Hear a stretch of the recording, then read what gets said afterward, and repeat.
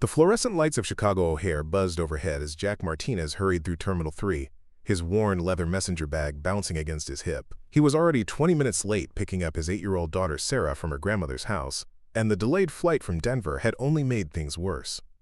Before we jump back in, tell us where you're tuning in from, and if this story touches you, make sure you're subscribed, because tomorrow I've saved something extra special for you. The carpet beneath his feet was that industrial gray that airports seemed to favor, stained with countless spilled coffees and the exhaustion of travelers. He weaved between rolling suitcases and distracted passengers, his construction boots making soft thuds against the floor. That's when he heard it, a woman's panicked voice cutting through the ambient noise of departure announcements and crying babies. Jack's head snapped toward Gate 47, where a small crowd was beginning to gather. His father's instincts, honed by years of single parenthood, immediately kicked into overdrive. Through the cluster of onlookers, he could see a little girl, maybe 9 or 10 years old, crumpled on the polished airport floor like a discarded doll. Without thinking, Jack pushed through the growing circle of concerned travelers. The child lay motionless, her designer clothing, a navy blue dress that probably cost more than Jack made in a week, stark against the cold terminal flooring. Her blonde hair was splayed around her head like a golden halo, and her small chest rose and fell in shallow, labored breaths. Standing over her was an elegantly dressed woman in her 30s, her hands shaking as she spoke rapidly into a phone in what sounded like a European accent. Jack dropped to his knees beside the girl, his construction worker's hands surprisingly gentle as he checked for obvious injuries. He had learned basic first aid after Sarah was born. A single dad couldn't afford to panic in emergencies. The child's skin was pale but warm, her pulse steady beneath his fingertips. Around them, other passengers stood frozen, some recording with their phones, others simply staring with the helpless fascination that comes with witnessing someone else's crisis. The woman, who Jack assumed was the girl's mother, ended her call and looked down at him with eyes that held a mixture of desperation and something else he couldn't quite identify.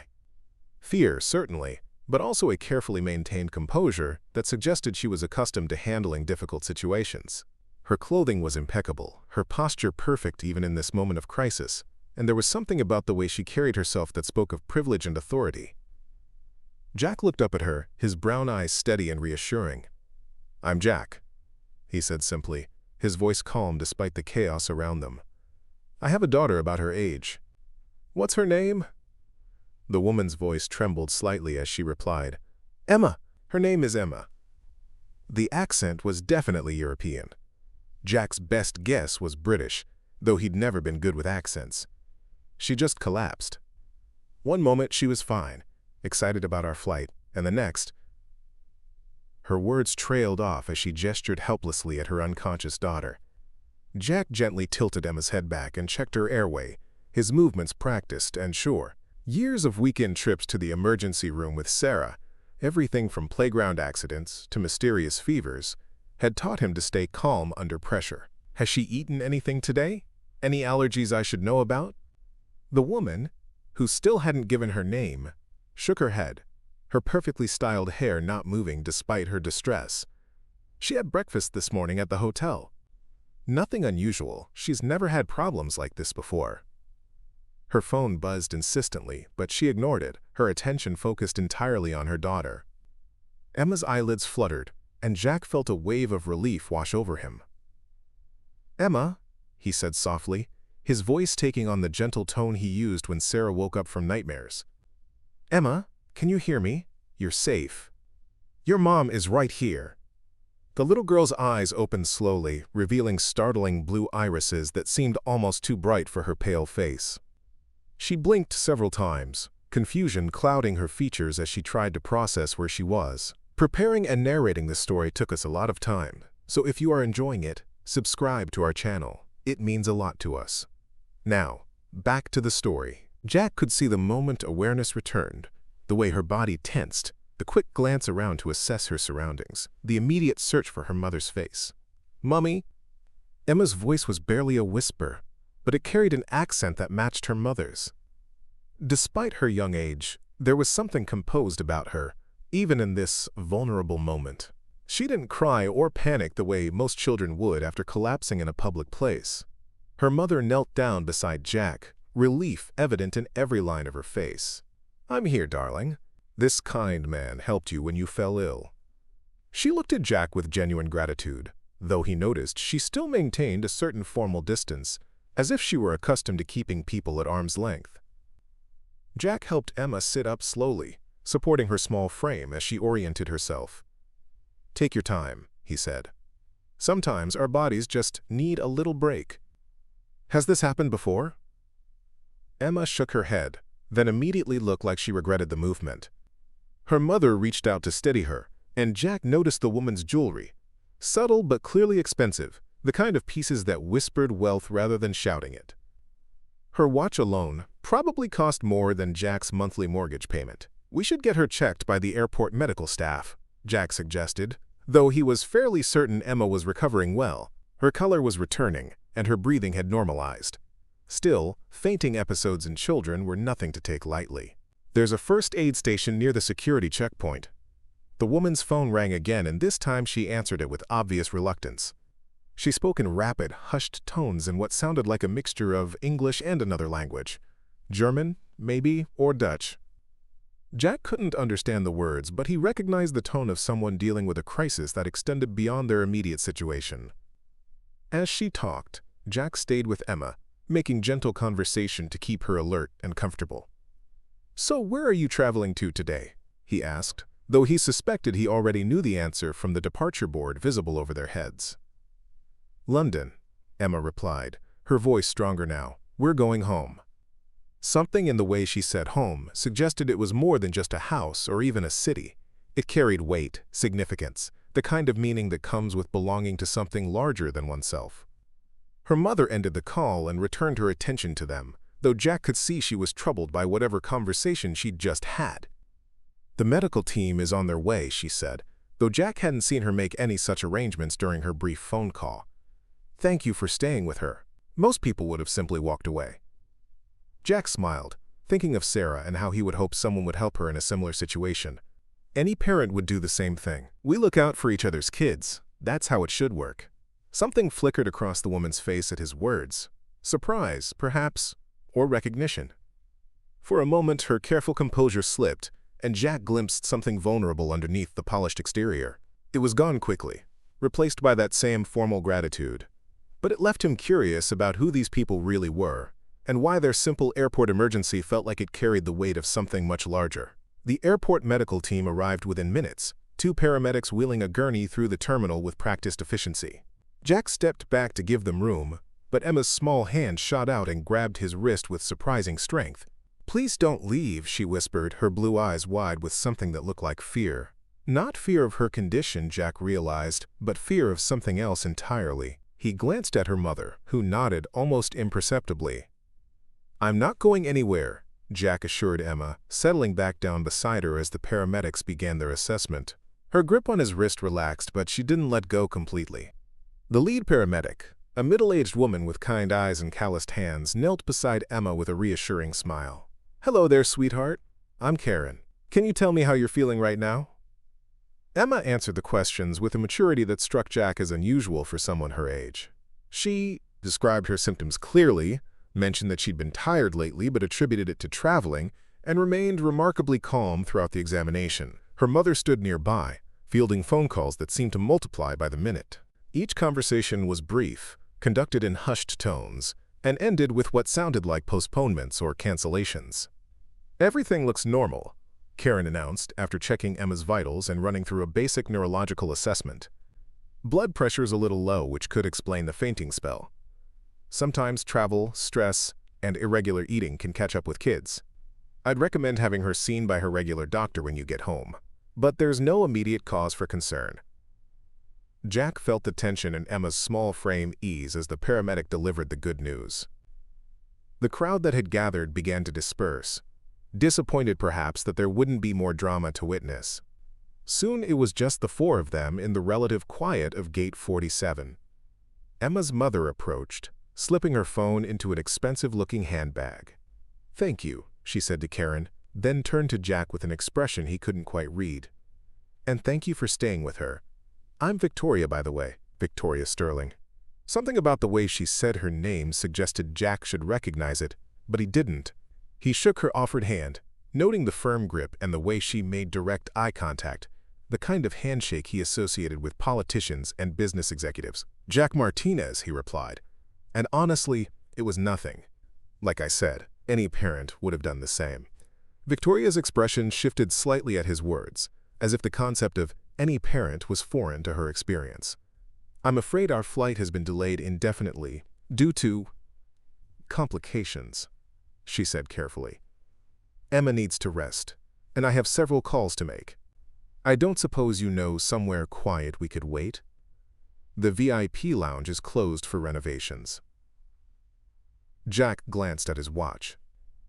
He was now over an hour late to pick up Sarah, but his grandmother was used to his unpredictable schedule from the construction site. "There's a family area near the food court," he offered. "It's usually pretty quiet this time of day, and there are comfortable chairs where Emma can lie down if she needs to." As they made their way through the terminal, Jack noticed things about Victoria and Emma that hadn't registered during the crisis. Their clothes, while obviously expensive, were also practical, the kind of understated elegance that came from having enough money to buy quality without needing to advertise it. Emma's backpack was a designer brand but looked well used, filled with books and what appeared to be homework rather than toys. Victoria moved through the airport with a kind of confidence that suggested she was accustomed to traveling, but also with a wariness that seemed at odds with her polished exterior. The family area was indeed quiet, with only a few other travelers scattered among the comfortable seating. Jack helped Emma settle into a reclining chair while Victoria claimed a nearby table and immediately began making phone calls. Emma pulled a book from her backpack, something thick and clearly above her grade level, but instead of reading, she watched Jack with curious eyes. "Do you have children?" she asked, her accent lending a formal quality to the simple question. "A daughter," Jack replied, settling into the chair beside her. "Sarah. She's 8, about your age. She's staying with her grandmother today while I was traveling for work." "What kind of work do you do?" Emma's interest seemed genuine, not just polite conversation. "I'm a construction supervisor," Jack explained. "I was in Denver looking at a project my company might take on. Mostly we build schools and community centers, things like that." Emma's eyes lit up. "You build schools? That must be wonderful. Creating places where children can learn." Her enthusiasm struck Jack as remarkably mature. Most kids her age would have been more interested in the big machinery or the dramatic aspects of construction. "It is pretty satisfying," he agreed. "What about you? What do you like to study?" "History, mostly," Emma replied, holding up her book. It was a biography of Eleanor Roosevelt. "I'm particularly interested in how people use their positions to help others. Mummy says, understanding the past helps us make better choices in the future." Jack glanced over at Victoria, who was deep in conversation with someone, her voice growing increasingly tense. "Your mom seems pretty busy," he observed carefully. Emma followed his gaze, her expression growing serious. "She has a lot of responsibilities. Sometimes I think she forgets she's allowed to just be my mummy, not just." She trailed off, as if catching herself before revealing too much. "Not just what?" Jack prompted gently. Emma hesitated, then seemed to make a decision. "Not just someone who has to take care of everyone else's problems all the time." The comment revealed more than Jack suspected Emma intended. He recognized the tone of a child who had learned to be understanding about a parent's demanding career, but who sometimes just wanted their mother or father to belong to them completely. "That must be hard sometimes," Jack said simply. Emma nodded, her composure cracking slightly. "She tries very hard to make time for me, but there are always people who need things from her. Important things, she says. More important than reading bedtime stories or helping with homework." Jack felt a familiar pang in his chest. He remembered the guilt of missing Sarah's school plays because of job deadlines, the way she would say, "It's okay, Daddy," when he had to cancel plans for work emergencies. "Does she know you feel that way?" "Oh, I would never tell her," Emma said quickly. "She has enough to worry about without feeling bad about me, too. Besides, I understand that her work helps a lot of people. It's selfish of me to want more of her time." The words were spoken with such adult resignation that Jack felt his heart break a little.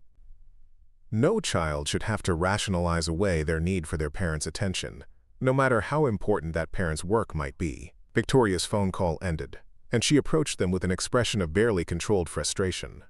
"I'm sorry," she said, though Jack wasn't sure if she was apologizing to him or to Emma. "There have been some developments that require my immediate attention. Our return to London will have to be postponed indefinitely." Emma's face fell, though she tried to hide her disappointment. "How long indefinitely?" "I don't know yet, darling. Possibly several days, maybe longer." Victoria's voice carried the strain of someone trying to solve multiple complex problems simultaneously. "We'll need to find accommodation here in Chicago, and I'll need to set up a temporary office. There are situations that require my personal oversight."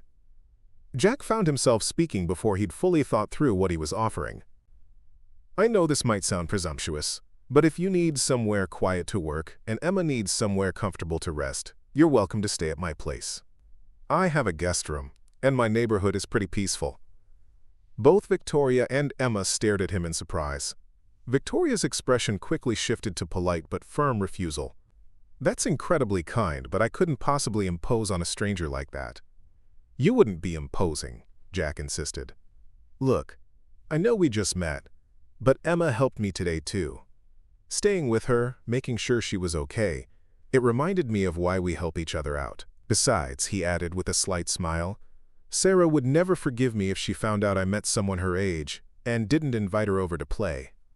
Emma looked between the adults with obvious hope, while Victoria appeared to be weighing factors Jack couldn't begin to guess at. Her phone buzzed again, and she glanced at it with visible annoyance. "Mummy," Emma said quietly, "maybe it would be nice to stay somewhere that feels like a home instead of another hotel room."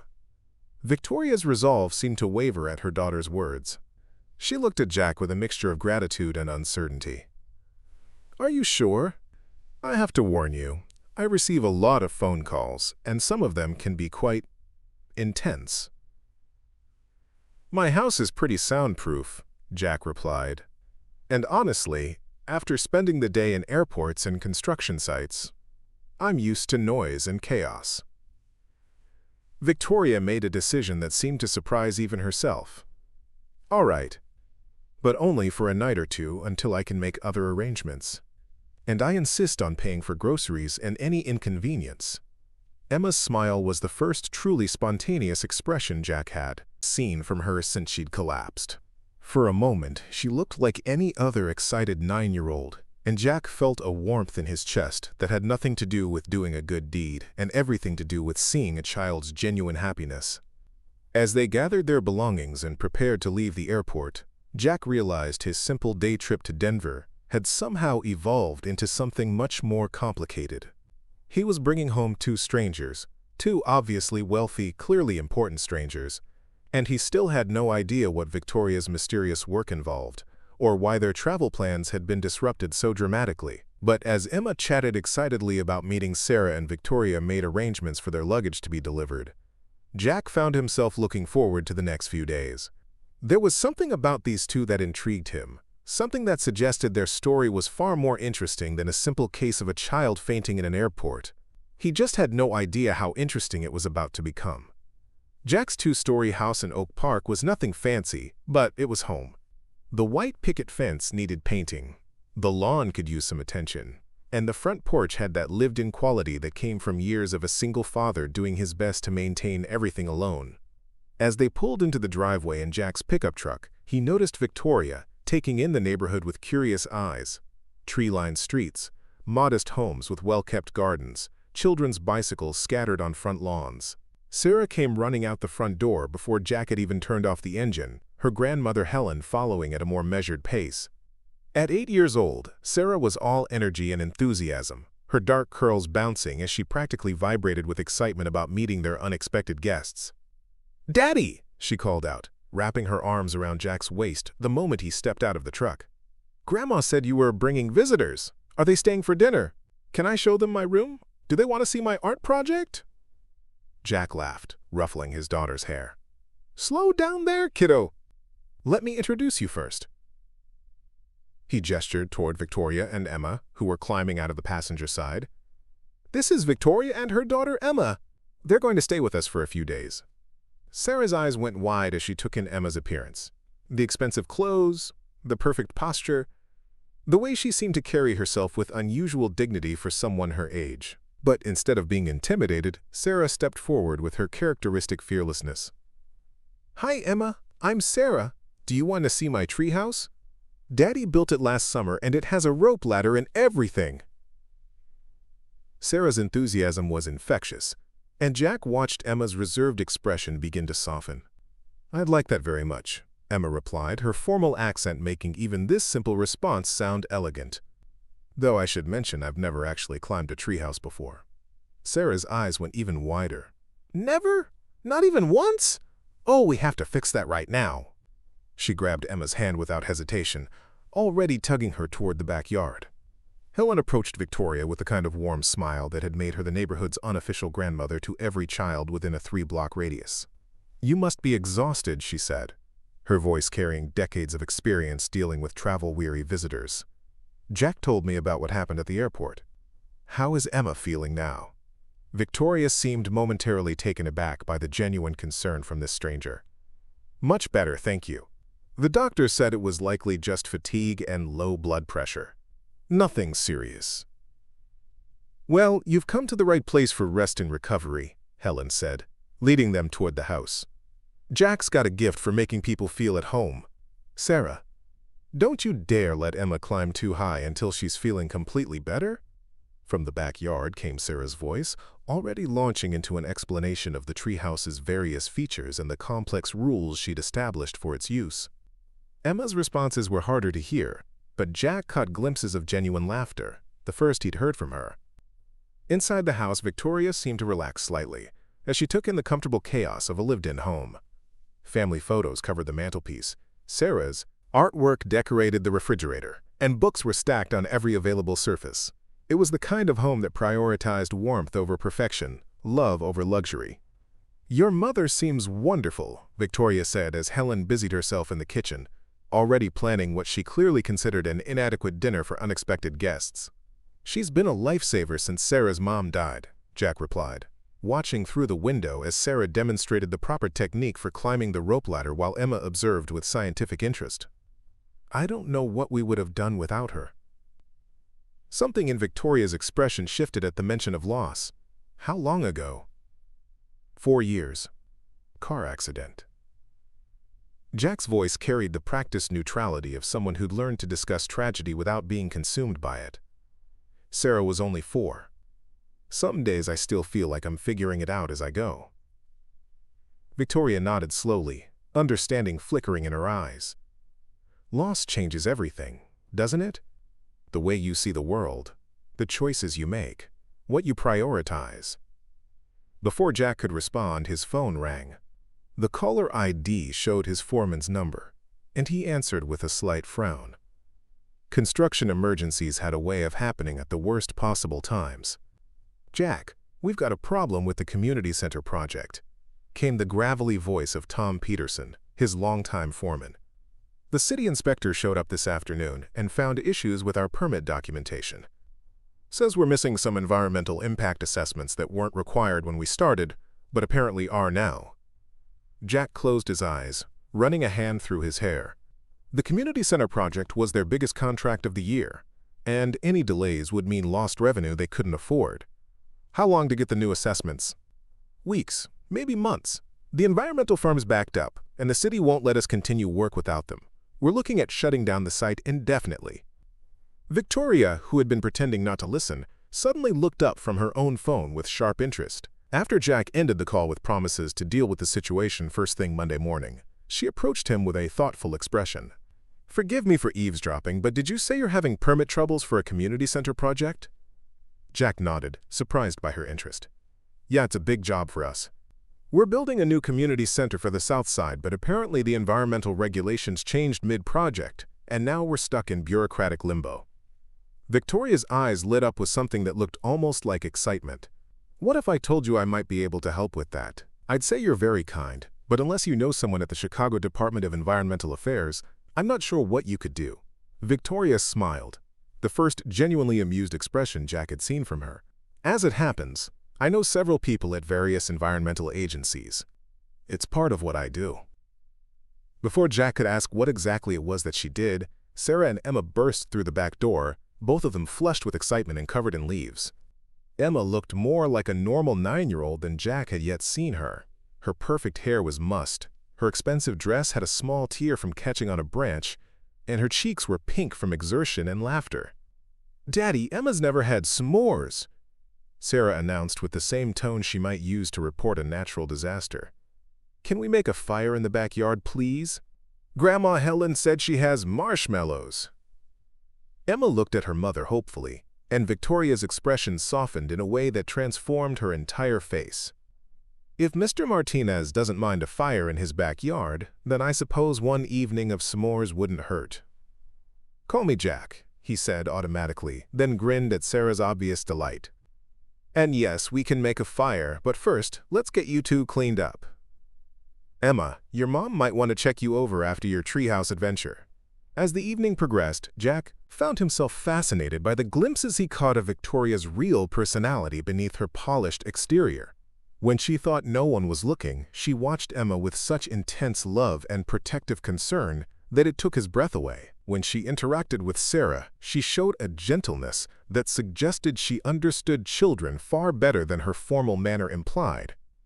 And when she made a few discreet phone calls about his permit situation, he overheard enough to realize she was speaking with people in positions of real authority. The backyard fire pit became the center of an impromptu celebration as Helen joined them for s'mores and stories. Sarah regaled Emma with tales of her various adventures, while Emma shared carefully edited stories about her travels that nonetheless painted a picture of a life far more cosmopolitan than anything Sarah had experienced.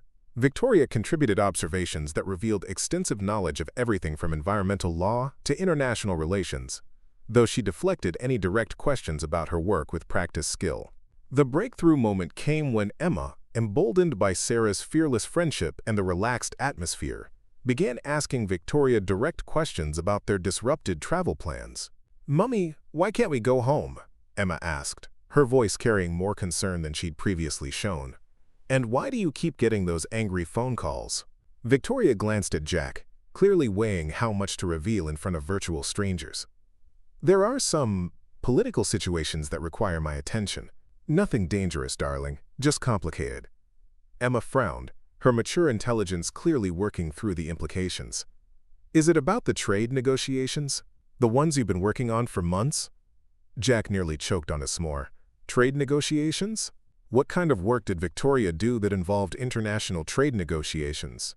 "Among other things," Victoria replied carefully. "There have been some developments that require immediate response, and I can't provide that response effectively from London right now."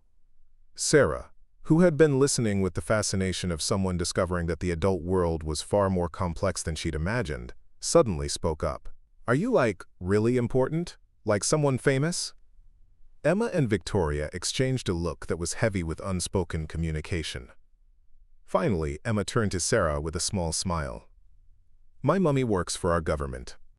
She helps make agreements with other countries about things like trade and environmental protection." It was clearly a simplified explanation, but it was enough to make Jack realize he'd been dramatically underestimating his houseguests. Government work that involved international negotiations, the ability to make phone calls that could potentially solve permit problems with city agencies, the expensive clothes and obvious education pieces were starting to fall into place, though the complete picture remained frustratingly unclear. Victoria's phone buzzed again, and this time when she answered, her entire demeanor shifted. She moved away from the fire, speaking in hushed, urgent tones that carried an unmistakable tone of authority. Jack caught fragments. Something about unacceptable delays, immediate implementation, and cabinet-level approval. When she returned to the fire, her expression was troubled, but also somehow more decisive. "I have good news and complicated news," she announced. "The good news is that I've spoken with someone who can expedite your environmental assessments. You should receive approval to resume work by Wednesday." Jack stared at her in amazement. How is that possible? These bureaucratic processes usually take months. Victoria smiled wryly. "Sometimes knowing the right people can cut through red tape." Consider it a small thank you for your kindness today." Emma beamed with obvious pride in her mother's capabilities, while Sarah looked between the adults with the dawning realization that their house guests were far more significant than she'd initially understood. "And the complicated news?" Jack asked, though he suspected he already knew. Victoria's expression grew serious. "The complicated news is that our stay here may be longer than originally planned. The situations I'm dealing with have escalated, and it appears I'll need to coordinate responses from here for at least another week, possibly 2. Jack found himself nodding before he'd fully processed the implications. A week or 2 with these mysterious, clearly important house guests. A week or 2 of watching Emma blossom under Sarah's uninhibited friendship. Of seeing Victoria slowly relax in an environment where she wasn't constantly managing crises. Of being part of something that felt significant, even though he didn't fully understand it yet. "The guest room is yours, as long as you need it," he said simply, and meant it. As the fire burned down and they prepared to head inside, Jack couldn't shake the feeling that his simple act of helping a collapsed child at the airport had set something much larger in motion. Whatever Victoria's true role was, whatever the political situations were that kept her phone ringing constantly, whatever had really brought them to his doorstep, he sensed that the next few days would be unlike anything he'd ever experienced. He just hoped he was prepared for whatever was coming next. Jack woke up at 5:30 Monday morning to find his kitchen occupied by Victoria, who was already dressed in a sharp business suit and speaking rapidly into her phone while simultaneously typing on a laptop. Empty coffee cups and scattered documents covered his dining table, transforming his modest breakfast nook into what appeared to be a makeshift command center. "No, Minister, that timeline is completely unacceptable," Victoria was saying, her voice carrying an authority that made Jack pause in the doorway. "The environmental protocols were agreed upon 6 months ago. We cannot simply ignore them because the implementation proves inconvenient." Jack moved quietly around her, starting his morning routine while trying not to eavesdrop on what was clearly a high-level government conversation. But it was impossible to ignore the increasing tension in Victoria's voice as the call progressed. "I understand the economic pressures, but compromising our environmental commitments will have far greater long-term consequences than temporary trade disruptions," she continued, her accent becoming more pronounced as her frustration grew. "Yes, I'm fully aware of the implications. That's precisely why I'm recommending we stand firm." When she finally ended the call, Victoria slumped slightly in her chair, looking more exhausted than Jack had yet seen her. She noticed him watching and straightened immediately, her professional composure snapping back into place. "I'm sorry for commandeering your kitchen," she said, gesturing at the chaos of papers and technology. "There's been an urgent development that requires immediate coordination with London." "It's fine," Jack replied, though he was beginning to wonder what exactly he'd gotten himself into. "Sounds like serious stuff." Victoria's laugh held no humor. "An understatement. There's a major trade agreement that's supposed to be signed this week, but several key provisions are being challenged by various interest groups. Environmental regulations, labor standards, financial oversight. Everything we've spent 2 years negotiating is suddenly being questioned." Before Jack could respond, his own phone rang. Tom Peterson's number appeared on the screen, and Jack answered with growing unease. His foreman's voice was tight with barely controlled anger. "Jack, we've got a problem. A big one. That permit approval you said we were getting? Well, someone from the city called this morning. Seems there are questions about how that approval was obtained. They're launching an investigation into potential improper influence." Jack's blood ran cold. "What kind of investigation?" "The kind that involves lawyers and newspaper reporters. Someone's claiming that political pressure was applied to bypass normal regulatory procedures. They're questioning the legitimacy of every approval we've received, not just the environmental assessment." Jack looked at Victoria, who had clearly overheard enough of the conversation to understand what was happening. Her face had gone pale and she was already reaching for her phone. "Tom, I need to call you back," Jack said, ending the call with shaking hands. He turned to Victoria, anger building in his chest. "What did you do?" Victoria was speaking rapidly into her phone in what sounded like a mixture of English and German, her voice growing increasingly strained. When she hung up, she looked at Jack with something that might have been guilt. "I made some calls to expedite your permits," she said carefully. "I may have been more direct than usual about the urgency of the situation." "Direct how?" Jack demanded. "What exactly did you tell them?" Victoria hesitated, and in that hesitation Jack saw the truth. Whatever calls she had made, whatever pressure she had applied, it had been far beyond anything a normal citizen could accomplish. The kind of influence that came with real power, the kind that raised questions about corruption and improper interference. "You didn't just know someone at the environmental agency," Jack said, his voice flat with realization. "You're someone they couldn't say no to." Before Victoria could respond, Emma appeared in the kitchen doorway, still in her pajamas and rubbing sleep from her eyes. "Mummy? Why are you shouting?" The simple question from her daughter seemed to deflate Victoria completely. She looked between Emma and Jack with an expression of growing desperation. "Emma, go get dressed for breakfast," she said gently. "I'll be up in a moment to help you." Emma lingered, clearly sensing the tension in the room, but eventually padded back upstairs. The moment she was gone, Victoria turned to Jack with tears threatening in her eyes. "I was trying to help," she said quietly. "Your project, the community center, it's important work. When I saw an opportunity to cut through bureaucratic delays, I thought—" "You thought what?" Jack interrupted, his anger finally boiling over. "That you could just wave your magic political wand and make everything better? Do you have any idea what you've done to my company? To my reputation?" Victoria flinched as if he'd struck her. "The calls I made were completely legitimate. I simply provided information about the project's community value and requested priority processing." "Priority processing from whom?" Jack demanded. "Who the hell are you, Victoria? And don't give me some vague answer about working for the government. What's your real job? What kind of authority do you have that makes city officials jump when you call?" The kitchen fell silent except for the sound of Sarah moving around upstairs, getting ready for school. Victoria stared at Jack for a long moment, clearly wrestling with how much to reveal.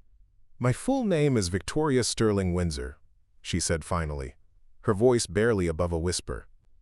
"I'm the British Trade Commissioner for North America, and I serve as a special advisor to the Prime Minister on international environmental policy." Jack felt the floor drop out from under him. Sterling Windsor. Even he recognized that name from news reports about British politics and international trade. This wasn't just someone who worked for the government. This was someone at the highest levels of power. Someone whose phone calls could indeed move bureaucratic mountains. "Jesus Christ," he breathed. "You're basically British royalty." "Not royalty, technically," Victoria corrected with bitter precision, "though the family connection exists. I'm a member of the extended royal family, but my position in government is based on my qualifications, not my bloodline." The revelation hit Jack like a physical blow. He'd been housing one of the most powerful women in British politics, someone whose decisions affected international trade worth billions of dollars.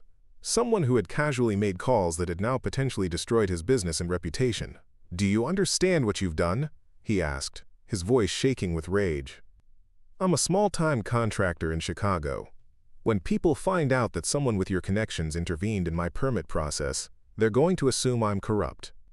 They're going to assume I somehow bought political influence." Victoria reached toward him, but he stepped back, rejecting her attempt at comfort or explanation. "I never meant for this to happen," she said desperately. "The calls I made should have been routine. Someone must have leaked information about my involvement, probably for political reasons that have nothing to do with you or your project." "Political reasons?" Jack's laugh was harsh and bitter. "You mean I'm collateral damage in whatever high-level games you people play? It's not like that." "It's exactly like that!" Jack shouted, his control finally snapping completely. "You used me. You used my home, my family, my kindness, and you turned it all into some kind of political chess piece. And now my daughter gets to watch her father's business get destroyed because I was stupid enough to help a stranger at an airport." Emma appeared in the kitchen doorway again, this time fully dressed, but with tears streaming down her face. She'd clearly heard at least part of their argument, and the sound of adult anger had frightened her in a way that physical collapse hadn't. "Please don't fight," she whispered, her formal composure completely gone. "Please don't hate us." Jack looked at the little girl. This child who had somehow become royalty in his mind, who had played in his backyard treehouse and laughed at Sarah's silly jokes, and felt his anger collapse into something much more complicated.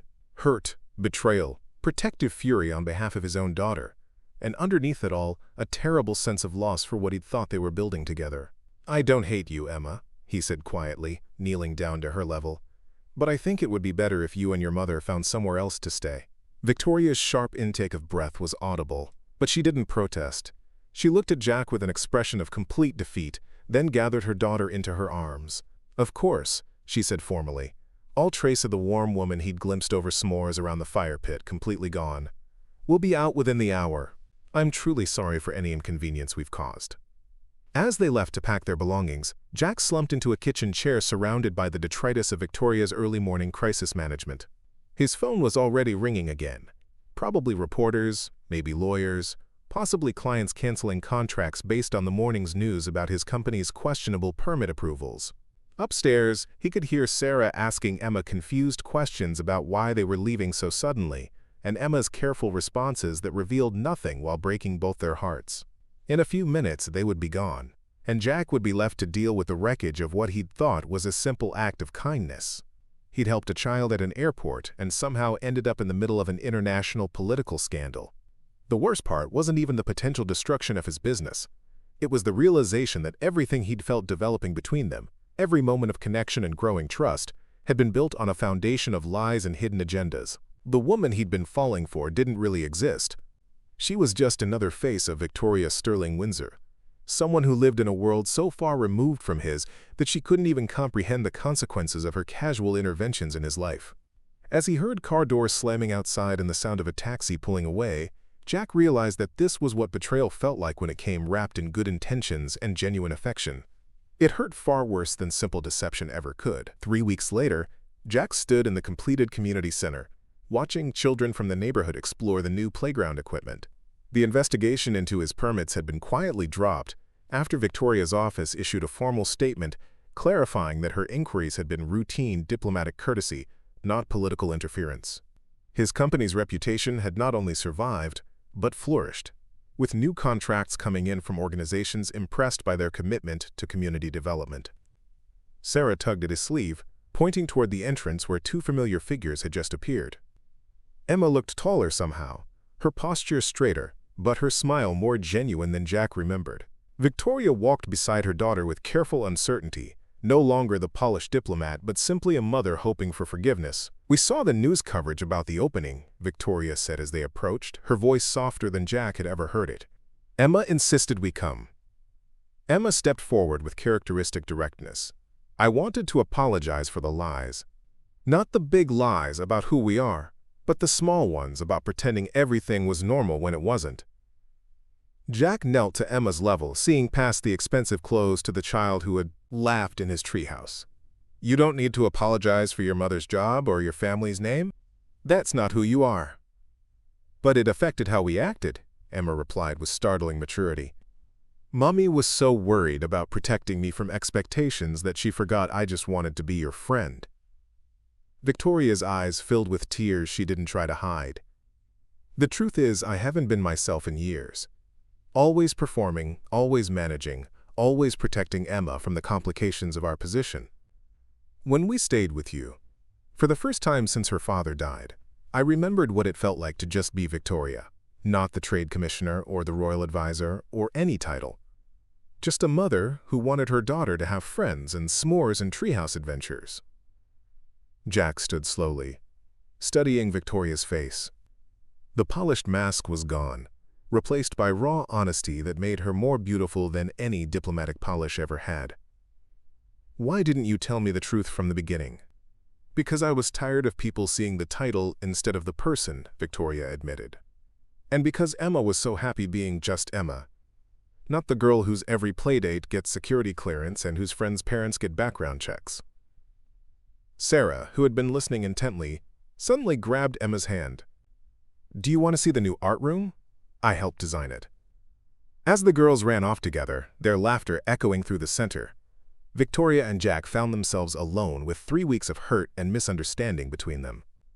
"I've resigned my commission," Victoria said quietly. Emma and I are moving to Toronto. I've accepted a position with an environmental nonprofit, something that allows me to make a difference without the political complications. Jack felt something shift in his chest. That's a big change. The biggest, Victoria agreed. But watching Emma these past weeks, seeing how much happier she is when she can just be a child, I realized I've been protecting her from the wrong things. I was so worried about keeping her safe from public scrutiny that I forgot she needed to be safe enough to make real friendships. They stood in comfortable silence, watching their daughters collaborate on some elaborate game involving the climbing structure and several imaginary dragons. "Toronto's not that far," Jack said finally.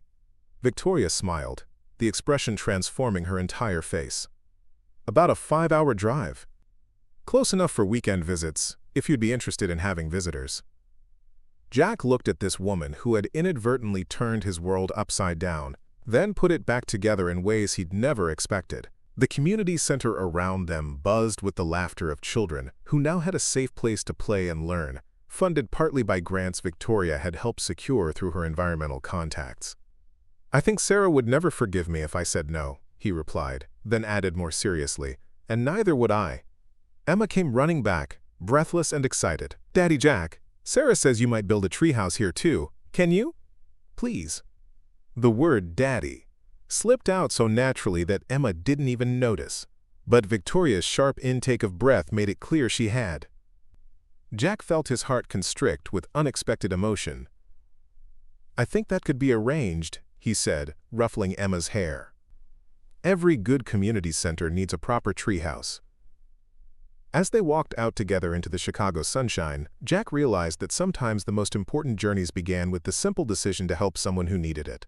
He'd thought he was just helping a collapsed child at an airport. Instead, he'd found a family he'd never known he was looking for. Victoria took his hand as they watched their daughters race ahead, already planning their next adventure. "Thank you," she said simply. "For what?" "For seeing Emma as just Emma. For seeing me as just Victoria. For showing us what home could feel like." Jack squeezed her hand gently. "Thank you for collapsing in my terminal." Victoria's laughter was pure and unguarded. The sound of someone who had finally learned that the best kind of strength came from allowing yourself to be vulnerable with the right people. Up next, you've got 2 more standout stories right on your screen. If this one hit the mark, you won't want to pass these up. Just click and check them out.